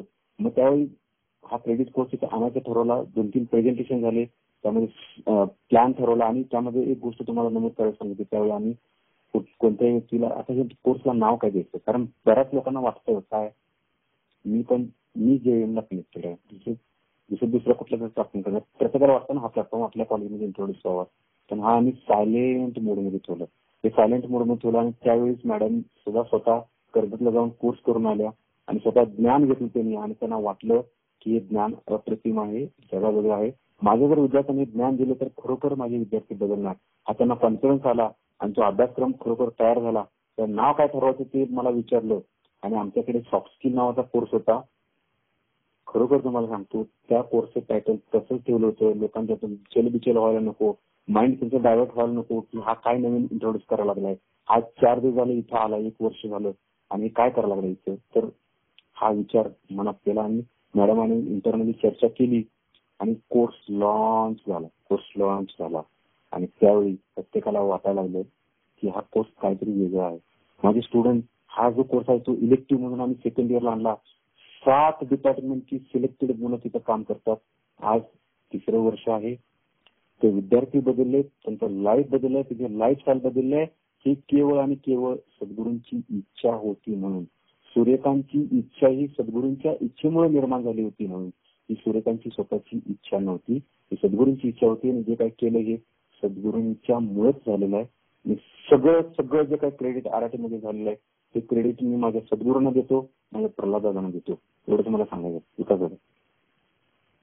आता तुम्ही बऱ्यापैकी खूप सुंदर पद्धतीनं सर म्हणजे ऍक्च्युअली इलेक्ट्रिफाईंग म्हणू शकतो आजचा इंटरव्ह्यू.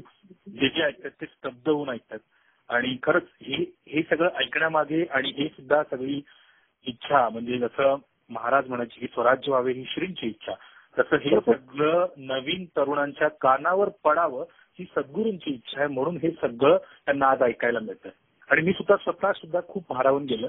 तर मला वाटतं की त्या बऱ्याच लोकांना प्रश्न विचारायचे असतील तर आपण पुढची 10 मिनिटं प्रश्न उत्तर आपण घेऊया. तर ज्यांना कोणाला काही प्रश्न विचारायचे असतील तर त्यांनी प्लीज अनम्यूट व्हा आणि सरांना प्रश्न विचारा. *6 दाबा, अनम्यूट व्हा. विठ्ठल सर आवाज येतोय? हो येतोय. तर रवी दावाडे बोलतोय. सगळ्यात पहिला प्रश्न मला असा विचारायचा वाटतोय की सर फंडिंगच्या अनुषंगानं म्हणजे गव्हर्नमेंटच्या कोणकोणत्या स्कीम अवेलेबल आहेत आणि नवीन स्टार्टअपसाठी मगाशी तुम्ही जे बीज फंडिंग म्हटलं की त्या अनुषंगानं मग कोणकोणत्या सेक्टरसाठी ते फंडिंग केलं जातं? ओके. तर याच्यामध्ये स्टार्टअपसाठी मी म्हटलं की तुम्हाला सीड फंडिंग आहे. सीड फंडिंग हे इन्क्युबेशन सेंटरद्वारे आता इंडियामध्ये बरेच इन्क्युबेशन सेंटर तयार व्हायला लागले. तर तिथं तुमच्या आयडियाज घेऊन जावा आणि त्या आयडियाज घेऊन गेल्यानंतर तिथून तुमचं प्रेझेंटेशन होईल आणि तिथून तुम्हाला जर पॉसिबल असेल तुमची आयडिया खरोखर कमर्शियलाइज होणार असेल तर ते तुम्हाला सीड फंडिंग घेता येतं. आणि दुसरं जे आहे ते उद्योग भवन जे आहे म्हणजे जिल्हा उद्योग केंद्र तिथून सुद्धा बऱ्याच स्कीम्स आहेत नवीन उद्योजकांसाठी जिथं तुम्हाला बँकिंगच्या थ्रू फंडिंग अचीव्ह करता येतं. म्हणजे बँक म्हणजे तुम्हाला जे काही मशिनरी खरेदी करायची असेल तर मशिनरी खरेदीसाठी साधारणतः 1 करोडपर्यंत तुम्हाला लोन बँकेच्या थ्रू लोन मिळण्याची सबसिडाइज्ड लोन मिळण्याची व्यवस्था आहे. त्यांनी सध्या एक प्रोजेक्ट घेतलाय सांगलीतल्या एका आमचा जो विद्यार्थी आहे जवळजवळ 1 करोडचं त्याचं टार्गेट आहे. त्या 1 करोडच्या टार्गेटसाठी पूर्ण त्याला अचीव्ह करण्यासाठी आम्ही जिल्हा उद्योग केंद्रातून आम्ही केस स्टडी करून ते हे करतोय. तर जिल्हा उद्योग केंद्रातून तुम्हाला बऱ्याच गोष्टीचं लोनची व्यवस्था होते. इन्क्युबेशन सेंटरद्वारे तुम्हाला सीड फंडिंग म्हणजे तुमच्या आयडियापासून प्रोटोटाईप प्रोडक्ट डेव्हलपमेंट पर्यंत स्केलिंग पर्यंत तुम्हाला मदत मिळते. स्टेट गव्हर्नमेंट सेंट्रल गव्हर्नमेंटच्या वेगळ्या स्कीम्स आहेत.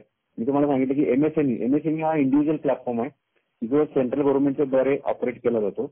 एमएसएमईद्वारे सुद्धा तुम्हाला बऱ्याच गोष्टीच्या फॅसिलिटी मिळते. पण आता फ्युचरमध्ये जर तुम्हाला बघितलं की पुढचं जे फ्युचर आहे ते प्रत्येक गव्हर्नमेंट हा इन्क्युबेशन सेंटरच्या थ्रू स्टार्टअपकडे येऊ इच्छितोय. कारण दोघांचे आस्पेक्ट वेगवेगळे आहेत. इन्क्युबेशन सेंटरला वाटतं की स्टार्टअप सक्सेस व्हावं आणि स्टार्टअपला वाटतं की मला सक्सेस व्हावं. या दोन्हीचा प्लॅटफॉर्म मिळून इन्क्युबेशन सेंटर तयार झाले. त्यामुळे इन्क्युबेशन सेंटरला अप्रोच होणं हा एक बेस्ट पर्याय आहे. कारण तिथे तुमची कुठल्याही प्रकारची फसवणूक होत नाही. आज बघितलं तर बऱ्याच ठिकाणी तुम्हाला असे कन्सल्टंट बघायला मिळतात की काही करत नाहीत पण पहिल्यांदा पैसे घेऊन तुम्हाला पैसे घेतात आणि मग कशा पद्धतीनं वर्कआउट करतात बऱ्याच लोकांना अनुभव पण आले असतील. तर अशा वेगवेगळ्या गव्हर्नमेंटच्या स्कीम्समध्ये तुम्ही पार्टिसिपेट होऊ शकता आणि तिथून तुम्हाला सबसिडाइज लोन करू शकता किंवा सीड फंडिंग. आता त्याच्यामध्ये जी आयडिया मी तुम्हाला सांगतो की आयडिया कशी असायला पाहिजे, की आयडिया तुमची जुनी असली तरी चालेल, पण ती आयडिया किती बिझनेस जनरेट करते दॅट इज इम्पॉर्टंट. म्हणजे आता मी सांगितलं की आम्ही जे प्रोडक्ट डेव्हलप केले ते प्रोडक्ट एका सक्सेसफुल प्लॅटफॉर्मवरती आम्ही नेले. आमच्याकडची इन्व्हेस्टमेंट न करता क्राऊड फंडिंगचा उपयोग केला. लोकांच्याकडून पैसे जे त्यांना प्रोडक्ट सेल करून आम्ही दिले त्या पद्धतीने आम्ही तिथून फंडिंग जनरेट केलं. की this is also one of the way की क्राऊड फंडिंगचा वापर करू शकतो, डीआयसी ऑफिसचा वापर करू शकतो, एमएसएमईचा वापर करू शकतो. आणि इथं ज्यावेळी तुमचं प्रोडक्ट ज्यावेळी मार्केटमध्ये सेलेबल होईल त्यावेळी तुम्ही इन्व्हेस्टर पिच म्हणून प्रकार असतो की पर्सनल इन्व्हेस्टर जे असतात बँकेच्या पाठीमागे न लागता एवढी कागदपत्र त्याच्या समोर न देता तर तो इन्व्हेस्टर पिच तुम्ही तयार करून जर इन्व्हेस्टरच्या समोर गेला तर इन्व्हेस्टर हे बँकेचे जास्त फंडिंग एका तासामध्ये, एका 5 मिनिटांमध्ये, 10 मिनिटांमध्ये सुद्धा करू शकतात. But it depends on your idea, how it is creative, how it is innovative, whether it is going to be commercialized in the market. Because एवढं मला सांगायचं. ओके, रवी दादा. Thank you sir. ह्याच प्रश्नाशी रिलेटेड मला एक सर तुम्हाला एक विनंती करायची आहे की आता तुम्ही त्याप्रमाणे म्हणालात की त्याचप्रमाणे म्हणजे प्रोजेक्ट कसे असावेत, प्रोजेक्ट कसे तुमचे तयार करावेत, किंबहुना तुम्ही फंड कसा म्हणजे घेऊ शकता अशा अनुषंगाने तुमचा एखाद्या युट्यूब चॅनलवरती व्हिडिओ यावा आणि आम्हाला तोही खूप मार्गदर्शक असेल तर. Thank you sir. रवी दादा, मी त्याच्यात पुढे जाऊन मी सांगतो की तुम्हाला एक काम देतो, तुम्ही आपले जेवढे जीवन उद्या मिशन मधले युथ आहेत ना ज्यांना खरोखर बिझनेस करायचा, व्यवसाय करायचा ना, त्यांना सगळ्यांनी एकत्र करा. मी स्वतः येऊन तिथे कोर्स देतो तिथे. Thank you sir. युट्यूब चॅनलवरती व्हिडिओ बघत बसण्यापेक्षा मी सद्गुरूंतर्फे सद्गुरूंना स्मरणात ठेवून सांगतो की मी तुमच्यासाठी लाईव्ह कोर्स देतो. ठीक आहे, फिजिकल देतो आणि हा कोर्स जीवनविद्यामधल्या प्रत्येक युथला फ्री ऑफ कॉस्ट असेल. Thank you sir. Thank you so much sir. तुम्ही ऍक्च्युली हीच आता गरज आहे काळाची आणि उद्योग हा योग आपण सद्गुरूंचं हे स्वप्न पूर्ण करण्याची पण. तर मग आपण आता बाकीच्यांना विचारूया, ज्यांना कोणाला प्रश्न विचारायचा असेल त्यांनी कृपया विचारावा. अजून कोणी विचारणार असेल तर. हॅलो. हा बोला. सर माझा असा प्रश्न आहे की कुठले बिझनेस तुमचं नाव सांगा जरा please. Now Chaitanya Nage. Okay. तर बिझनेस सुरू करताना त्यातला फर्स्ट हँड एक्सपिरियन्स असायला पाहिजे काय की फक्त नॉलेज वरती करता येईल सुरुवात? आणि त्याच्यासाठी मी तुम्हाला सांगितलं की बिझनेस करायला एक्सपिरियन्स असायलाच हवा असं नाही. काही लोक म्हणतात की मी 10 वर्ष जाऊन नोकरी करतो आणि मग बिझनेस चालू करतो. तसं न करता खरोखरच बिझनेस जर करायचा असेल आतापासूनच सुरुवात करा. 10 वर्षाचा तुम्हाला परत एक्सपिरियन्स येईल. परत तो एक्सपिरियन्स घेऊन परत बिझनेसच्या कामामध्ये जास्त उपयोग होत नाही, ते कॉन्टॅक्ट उपयोग होतात. तर तुम्हाला एक गोष्ट इथे नमूद करायची वाटते की तुम्ही मेंटॉर घ्या. जे मेंटॉर माझ्यासारखे मेंटॉर्स आहेत तुम्हाला इन्क्युबेशन सेंटरला मिळतील. ते मेंटॉर्स जर तुम्ही व्यवस्थित सिलेक्ट केले, असे सोशल मेंटॉर पण आहेत माझ्यासारखे बरेच सोशल मेंटॉर आहेत की तुम्हाला फ्री ऑफ कॉस्ट गायडन्स देतात आणि it doesn't matter whether you are experience or not. तेवढं मला सांगायचं. Thank you sir. ओके, अजून कोणाला विचारायचं का? हॅलो. हा बोला. सर काय बोलतोय तर मला एक प्रश्न विचारायचा होता बिझनेस रिलेटेड. तर ते अजून 5 ते 10 वर्षामध्ये इंडस्ट्री 4.0 येते, तर आपण त्याकडे कोणत्या अँगलने बघितले पाहिजे आणि त्याला कुठले बिझनेस जे असतील ते पूरक असतील आपल्यासाठी, झाला प्रश्न माझा. परफेक्ट.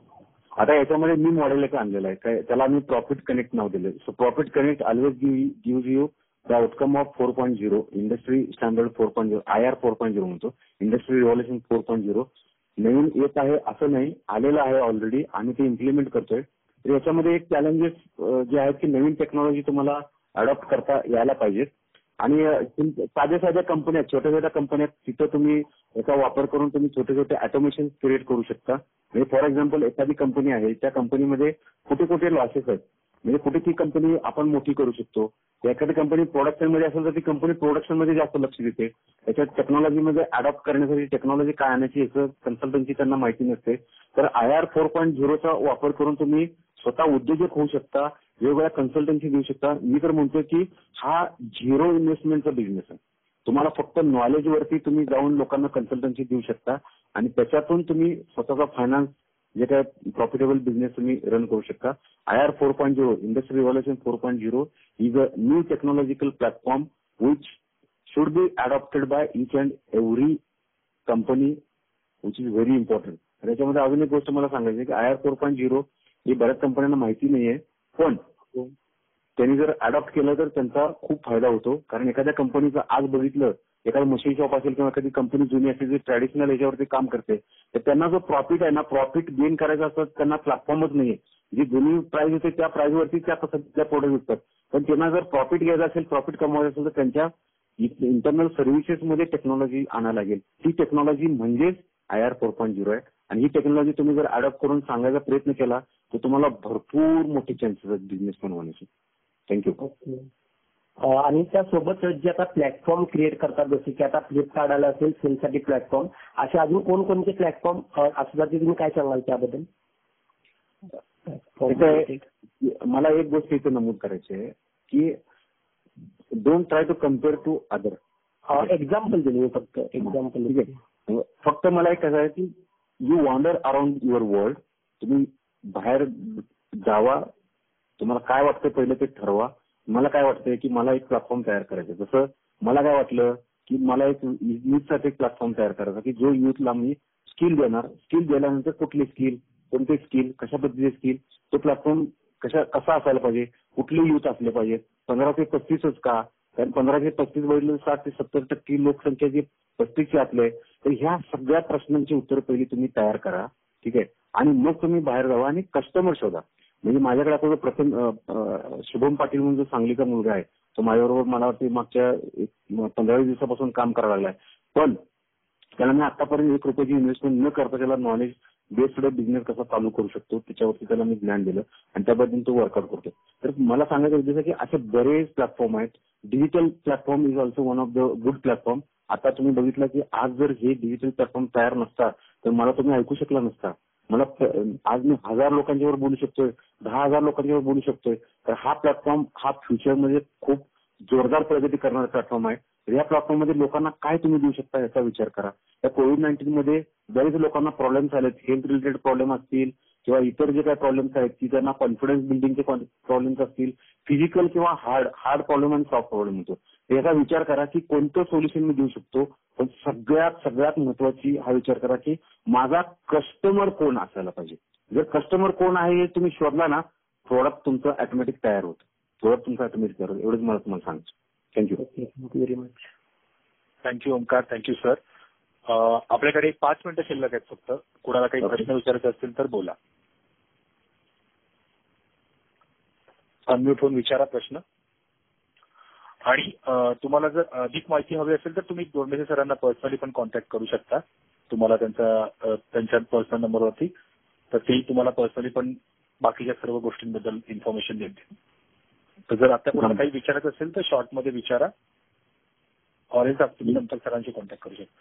हा, जनरली मला शक्यतो असं डायरेक्ट कॉल करू नका. फक्त मला म्हणायचं की तुम्ही माझा हा व्हॉट्सअप नंबर आहे त्याच्यावरती हे करा, माझा ईमेल आयडी त्याच्यावरती हे करा. कारण मी बऱ्याच वेळा कसं असते कॉलेज मिटिंगमध्ये हायस्ट मॅनेजमेंट बरोबर असतो बऱ्याच वेळा, त्यामुळे एखाद्या वेळेस कॉल घेण्याची शक्यता कमी आहे. पण तुम्ही जर मी कॉल नाही घेतला तर मेसेज करा किंवा व्हॉट्सअप मेसेज करा. मी डेफिनेटली तुम्हाला त्या दिवसभरात मी तुम्हाला रिप्लाय करायचा प्रयत्न करेन. हा, जर सरांनी नाही कॉल उचलला तर तुम्ही टेक्स्ट करा. हॅलो, ठेवतो. हा बोला. सुंदर आहे. फार्मा इंडस्ट्री आहे. हॅलो, काय म्हटलं? ही फार्मा इंडस्ट्री आमची आहे. जी फार्मा इंडस्ट्री, फार्मा इंडस्ट्रीमध्ये येणाऱ्या संधी आणि त्या रिलेटेड आता होणारे फ्रँचायझी मोड किंवा ज्याचा आता काही सांगितलं तुम्ही कन्सल्टन्सी, त्यावरचं मार्गदर्शन जर आमच्या लाईन मध्ये फार्मासिस्ट लोकांना द्यायचं असेल तर आपल्याला रिकनेक्ट एकदा करून त्यांना काय काय करता येईल याचं ऑपॉर्च्युनिटी जर काढून ठेवलं तर आम्हाला त्याचं उपयोग येईल. दिगंबर भाऊ, याच्यामध्ये मी तुम्हाला तुमचा प्रश्न संपला ना?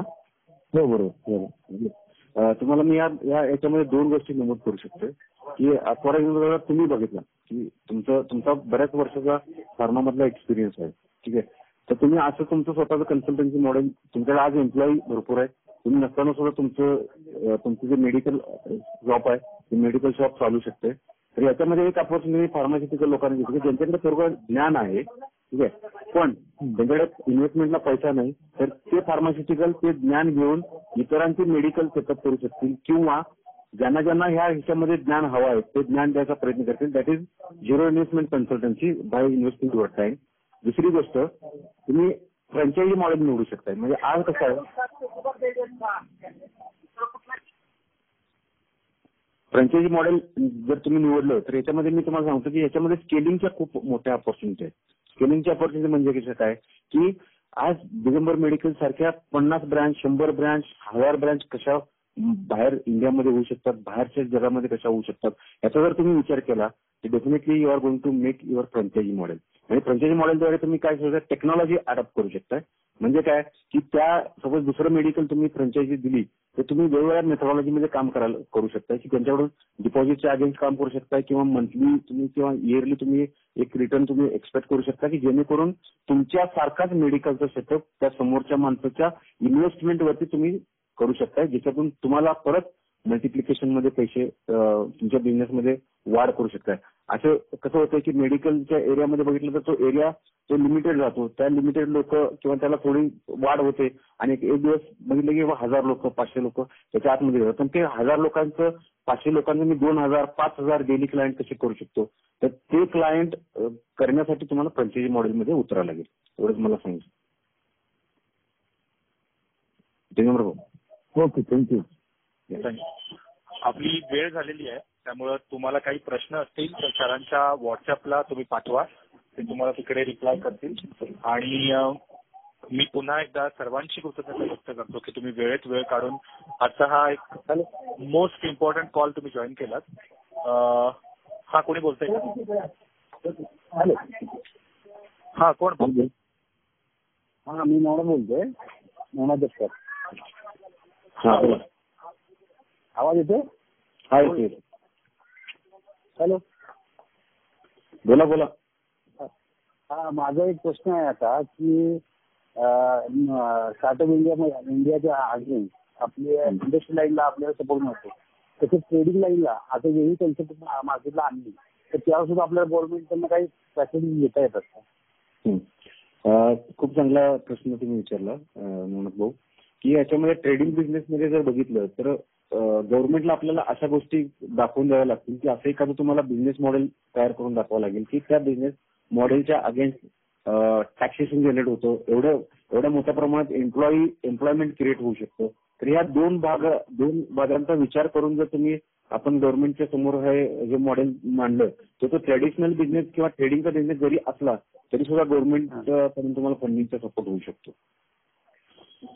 Thank you very much. Thank you. Okay, तर आपण आता वेळ झालेली आहे, तर आपण आता सर्वांची मनापासून कृतज्ञता व्यक्त करतो. तसं सरांचं दोडणीसे सर खूप खूप थँक्यू. तुम्ही अगदी तुमच्या प्रवासापासून ते अगदी गव्हर्नमेंट, तुमचं इन्क्युबेशन सेंटर असेल, लोकांनी नवीन स्टार्टअप करताना विचार काय करावा हे असेल, किंवा व्हिज्युअलायझेशन टेक्निक असेल, पॉझिटिव्हिटी असेल, अबंडन्स बद्दल असेल, या सर्व गोष्टींचा एक सुंदर मिलाप करून जे आता तरुणांना तुम्ही मार्गदर्शन केलं, दॅट वॉज फंटॅस्टिक. आणि आता इथून प्रेरणा घेऊन प्रत्येक जण उद्योग करण्याची एक चांगली अशी वाटचाल करेल अशी आशा व्यक्त करूया. सर पुन्हा एकदा मनापासून कृतज्ञता, तुम्ही वेळ दिलात. आणि जाता जाता मला एवढंच सांगायचं की हा जो कॉल आहे त्याचं रेकॉर्डिंग केलं जातं, त्यामुळे तुम्ही जास्तीत जास्त लोकांपर्यंत पाठवा. कारण जरी सध्या ऑनलाईन ऐकणारे आपण 50हून अधिक लोक आता जॉईन आहेत, पण तरी सुद्धा बाकीच्यांनाही हे ऐकायला मिळावं ही आपली जबाबदारी आहे. दोडणीसे सर तुम्हाला स्वतःही मदत करतील. पर्सनली तुम्ही त्यांना मेसेज करा, त्याच्याशी बोला, म्हणजे तुम्हाला वेगवेगळ्या उद्योगांसाठी काय करता येईल हे तुम्हाला त्याची आयडिया मिळेल. तर आपण ऑन दिस नोट आपण थांबूया. सर तुम्ही काही 2 मिनिटं बोलणार आहात अजून? मी आपल्या सर्वांचा खूप खूप आभारी आहे. दिगंबर भाऊ, तुम्ही मला ओळखलं, मला जाणलं आणि तुम्ही मला याच्यावरती बोलायची परमिशन दिली, त्याबद्दल मी तुमचा खूप आभार आहे. एकच मी तरुणांना मेसेज देऊ इच्छितो, मी घडलोय, तुम्ही घडू शकताय आणि गॅरंटेड घडू शकताय. दुसरी गोष्ट सांगायची की इतरांना जाणत बसण्यापेक्षा, इतरांच्या मध्ये बदल होईल ते बघत बसण्यापेक्षा स्वतःमध्ये मी बदल काय करू शकतो, माझा कॉन्फिडन्स लेवल कशी वाढवू शकतो आणि माझा इनर वॉइस काय सांगतो याच्याकडे जर तुम्ही लक्ष केला तर डेफिनेटली तुम्ही टॉप लेवलचे ऑफिसरही होऊ शकाल आणि टॉप लेवलचे बिझनेसमॅन उद्योजक होऊ शकाल. एवढंच मला संदेश द्यायचा सर्वांना आणि थँक्यू सो मच. सर्वांचा मी खूप खूप मनापासून आभारी आहे. आणखी एक आपले सहसचिव आणि आपले ट्रस्टी सुकाळे साहेब आता कॉलवरती अवेलेबल आहेत. मी सुकाळे साहेबांना विनंती करतो की या एक वेगळ्या उपक्रमाला त्यांच्या शुभेच्छा आणि थोडंसं त्यांनी 2 मिनिटात त्यांचं मार्गदर्शन करावं. विनीत दादा. हॅलो, येतोय आवाज? हो हो, धन्यवाद विकास. आणि मला 2 दिवसापूर्वीच आपले सांगली शाखेचे सचिव दिगंबर भाऊ यांनी मला कल्पना दिली होती आणि लगेच 2 दिवसात कॉल अरेंज झाला. आणि आता दोडमेसे साहेबांचं अगदी शेवटी मी ऐकलं. माफ करा, मी माझ्या थोडं पर्सनल कामात होतो त्यामुळे कॉल अटेंड नाही करता आला, परंतु जे काही ऐकलं ते खूप तरुणांना प्रेरणादायक असं सूर्यकांत भाऊंनी सांगितलं आणि मला निश्चित रेकॉर्डिंगही ऐकायला आवडेल. आणि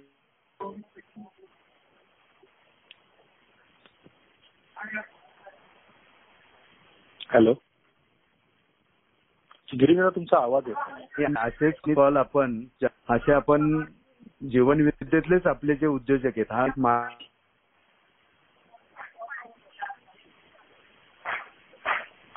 आणि साहेबांनी देखील असंच उत्साहवर्धनने म्हणले.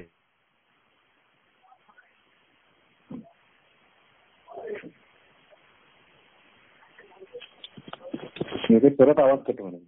हो गिरीश दादा, तुमचा आवाज मध्ये मध्ये कट होतोय. हॅलो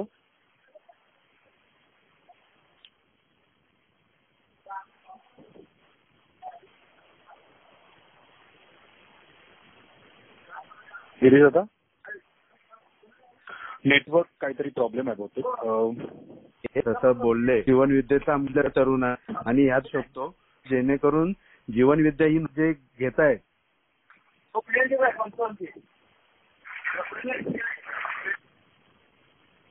हॅलो गिरीश दादा.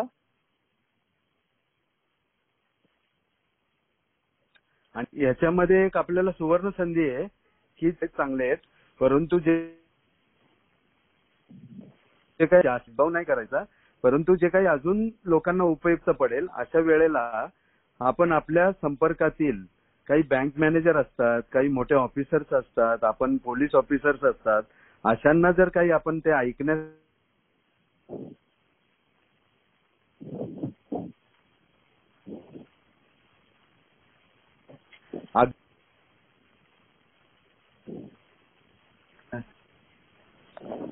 जीवनविद्येत येतील असं आपण करू शकतो. आणि कोविड संपताना आपण अशा लोकांची आपल्याकडे एक संख्या निर्माण करू शकतो तशी, आणि आपण त्या दिशेने सर्वजण कार्य करूयात. शाखा जे करते, आता जे युवांनी या लॉकडाऊन पिरियडमध्ये सर्व केलं, म्हणजे त्यात बरेच आपण उपक्रम राबवले. डिजिटल दिंडीपासून आपले जे सर्वात महत्वाचा उपक्रम जो चालू झाला की युट्यूबला सबस्क्रायबर वाढले.